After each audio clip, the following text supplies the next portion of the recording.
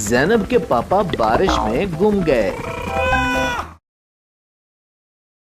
आज सुबह से ही स्याह बादलों ने आसमान को घेरा हुआ था। गर्मी ना होने के बराबर थी।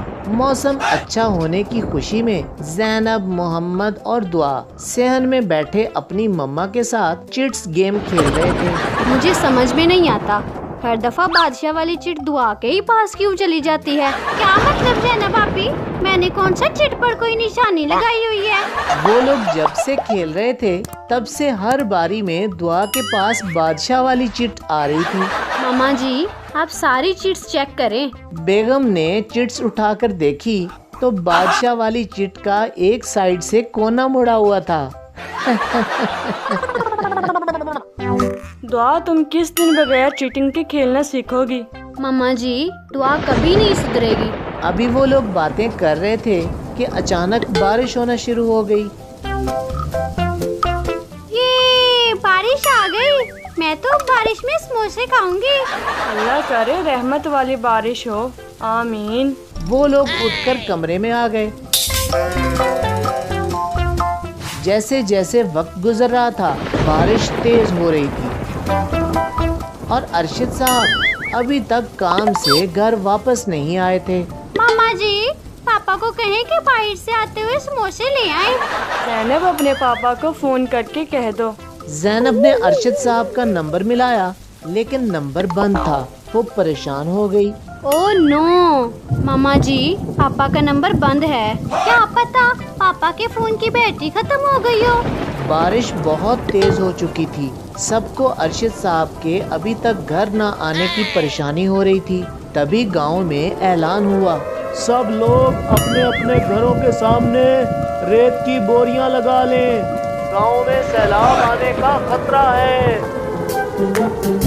अब तो बेगम और बच्चों को अरशद साहब की और भी फिक्र होने लगी। बच्चों, मैं नवीद भाई से पूछ के आती हूँ, क्या पता उनको कुछ पता हो। इतना कहकर बेगम नवीद के घर चली आई, जो कि इनका हमसाया होने के साथ साथ अरशद साहब का बहुत अच्छा दोस्त भी था। अस्सलाम वालेकुम नवीद भाई। नवीद अपने घर के सामने रेत की बोरियां लगाने में मसरूफ था। अरशद साहब की बेगम को देखकर हैरान हुआ।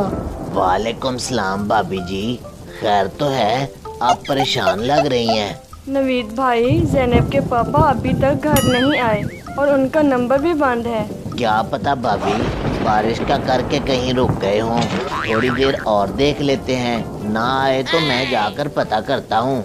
दूसरी तरफ रेस्टोरेंट में बैठे लोग टीवी पर मौसम का हाल सुनने में मसरूफ थे कि उनमें से एक आदमी बोला, इस बार तो लगता है मानसून टाइम से पहले ही शुरू हो गया है। अगर इस बार भी बंद टूट गया तो पूरे गांव में बहुत नुकसान होगा। हम सबको मिलकर अल्लाह से दुआ करनी चाहिए कि वो हमें इस मुश्किल से अपनी हिफ्ज़ो अमान में रखे। इधर अरशद साहब की बाइक का टायर पंचर हो गया था और इस टाइम बारिश में किसी मैकेनिक का मिलना बहुत मुश्किल था। यूं करता हूँ, ऐसे ही बाइक को लेकर घर चला जाता हूँ। अरशद साहब बाइक को लिए घर की तरफ चल पड़े। पूरा गांव पानी से भर चुका था। अरशद साहब घर इंटर हुए तो बेगम और बच्चों की जान में जान आई। दुआ भाग के अरशद साहब के पास आई। ये पापा वापस आ गए। ज़ैनब के पापा, कहाँ रह गए थे आप? बेगम, बाइक का टायर पंचर था, कोई मैकेनिक भी नहीं मिला इस टाइम, तो बाइक को वैसे ही लेकर घर आया हूँ, इसलिए देर हो गई है। पापा जी, आपका फोन क्यों बंद था? ज़ैनब बेटा, फोन की बैटरी खत्म हो गई थी। अभी वो लोग बातें कर रहे थे कि नवीद बैलगाड़ी में सामान रखे आ गया।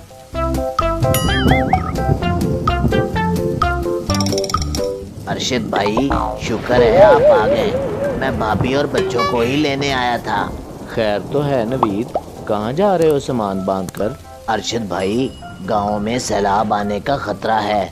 सब लोग वो सामने ऊंची पहाड़ी पर जा रहे हैं। आप भी भाभी और बच्चों को लेकर पहुंच जाएं वहाँ। या अल्लाह, खैर रुको नवीद भाई, हम भी तुम्हारे साथ चलते हैं। वो सब भी नवीद की बैलगाड़ी पे सवार होकर ऊंची पहाड़ी की तरफ चल दिए। यूं सब गांव वालों ने सारी रात ऊंची पहाड़ी पर बैठकर गुजार दी। पापा जी, हम कब तक यहाँ रहेंगे? दुआ बेटा, परेशान ना हो, हम बहुत जल्द अपने घर वापस चले जाएंगे। अगले दिन कुछ लोग कश्ती पे सवार होकर ऐलान कर रहे थे, हम गवर्नमेंट की तरफ से आपकी मदद के लिए आए हैं। सब लोग अपने अपने घरों की छतों पर आ जाएं। कश्ती में बैठकर रेस्क्यू टीम के आदमी इधर उधर देखकर आवाजें लगाते जा रहे थे। आखिर कोई नजर क्यों नहीं आ रहा? कहाँ गए सब? मुझे लगता है हमने आने में बहुत देर कर दी है।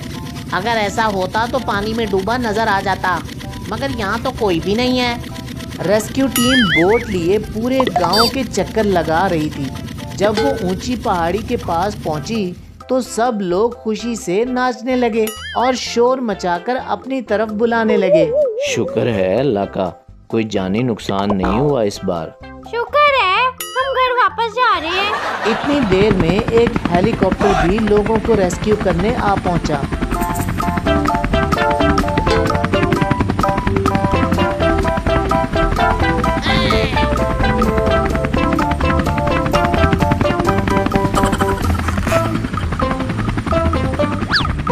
सब लोगों ने अल्लाह पाक का शुक्र अदा किया।